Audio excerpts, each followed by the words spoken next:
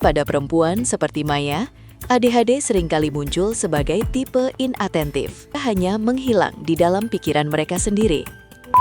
Banyak perempuan dengan ADHD yang tidak terdiagnosis berakhir dengan kelelahan kronis atau burnout sebelum mencapai usia dewasa.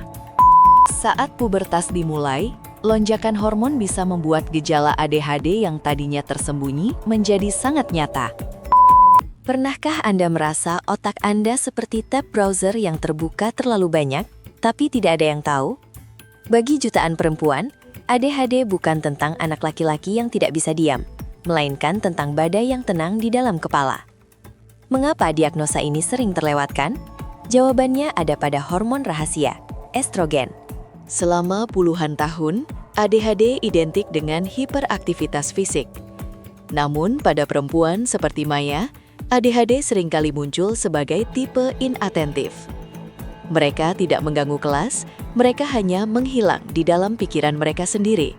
Mari kita bicara tentang sang pengatur lalu lintas di otak perempuan, estrogen. Hormon ini bukan hanya tentang reproduksi, ia adalah kunci utama bagaimana otak perempuan pengidap ADHD berfungsi. ADHD pada dasarnya adalah masalah kekurangan dopamin, zat kimia pembawa pesan hadiah di otak. Bayangkan dopamin sebagai paket kiriman yang harus sampai ke tujuan agar kita bisa fokus. Nah, estrogen berperan sebagai bahan bakar untuk memproduksi dan melepaskan dopamin tersebut. Semakin tinggi estrogen, semakin lancar pengiriman pesan di otak. Tapi, apa yang terjadi jika bahan bakarnya habis? Tahukah Anda, otak perempuan memiliki kepadatan reseptor estrogen yang sangat tinggi di area yang mengatur fokus dan emosi. Itulah mengapa fluktuasi hormon sangat mempengaruhi kognisi mereka. Perempuan sangat ahli dalam masking atau menutupi gejala mereka. Karena tekanan sosial untuk menjadi rapi dan sopan, mereka belajar berpura-pura semuanya terkendali, padahal mereka sedang berjuang luar biasa di dalam. Masking ini membutuhkan energi mental yang sangat besar.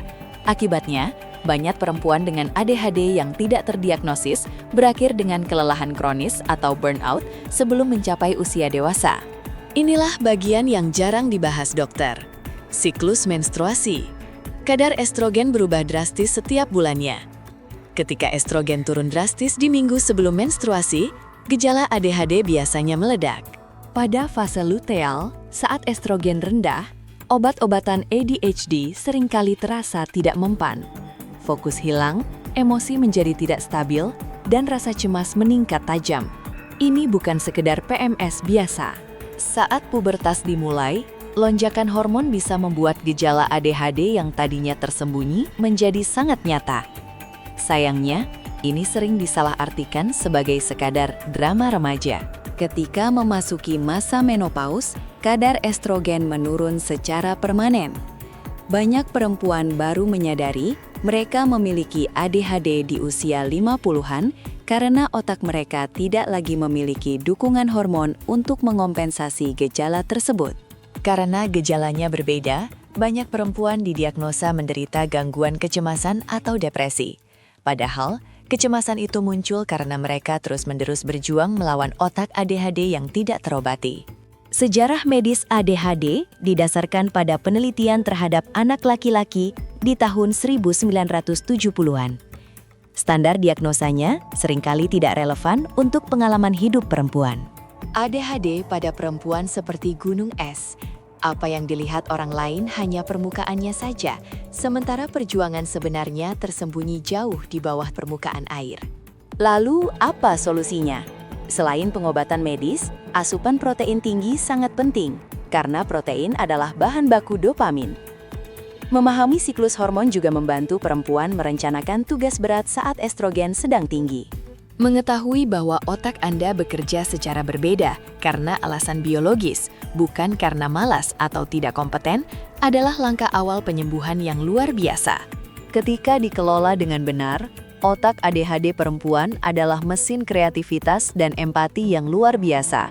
Mereka mampu berpikir out of the box, karena otak mereka memang tidak pernah berada di dalam kotak itu. Estrogen dan ADHD adalah hubungan yang rumit. Namun dengan memahaminya, kita bisa memberikan dukungan yang tepat bagi jutaan perempuan yang selama ini merasa tersesat dalam pikirannya sendiri. Apakah Anda merasakan hal yang sama? Bagikan pengalaman Anda di kolom komentar. Mari kita terus belajar dan membuka rahasia sains bersama. Saya Maya, sampai jumpa di video berikutnya.